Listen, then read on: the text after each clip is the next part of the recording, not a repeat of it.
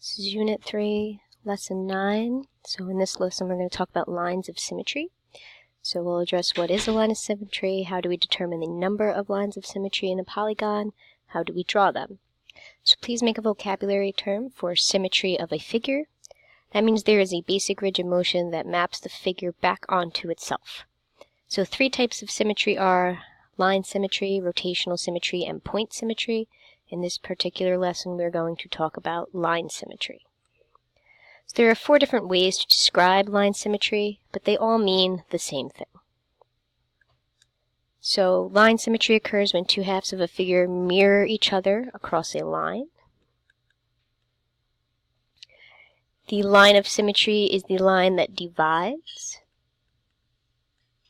a figure into two mirror images or two congruent parts.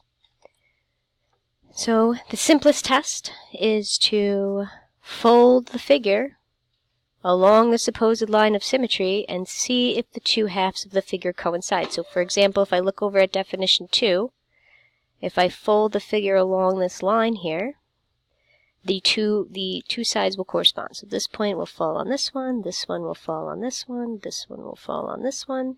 Identically, there's no room for error here. So if you notice, a line of symmetry is a line of reflection. Okay? If half the figure is the mirror image of the other half, then it is a line of symmetry. Okay? So again, the figure can be mapped onto itself by a reflection in the line. A line of reflection is a line of symmetry. So examples of figures with line of symmetry, well, here we can divide A in half vertically. This flower here, though it doesn't have straight edges, it has curved edges, it still has symmetry, right? So here's a line of symmetry, another line of symmetry, so on and so forth.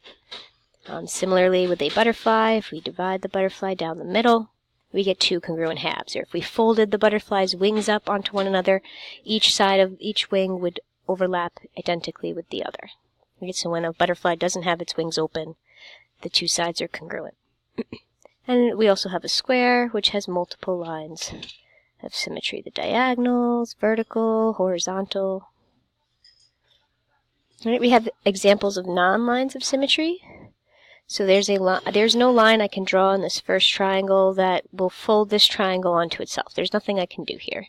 Right, if I try to fold over this line, right, I'm going to end up with like a pointy piece that doesn't overlap with the smaller triangle. Similarly with the Z, can't divide that vertically, can't divide that horizontally. Even on a diagonal, that's still not going to fold onto one another identically. And we have a parallelogram. There's no way for us to fold this figure onto itself either. And even faces, real people's faces are not symmetrical. Okay? Our bodies are not symmetrical. They don't grow symmetrically. So usual real person, real face, not symmetrical.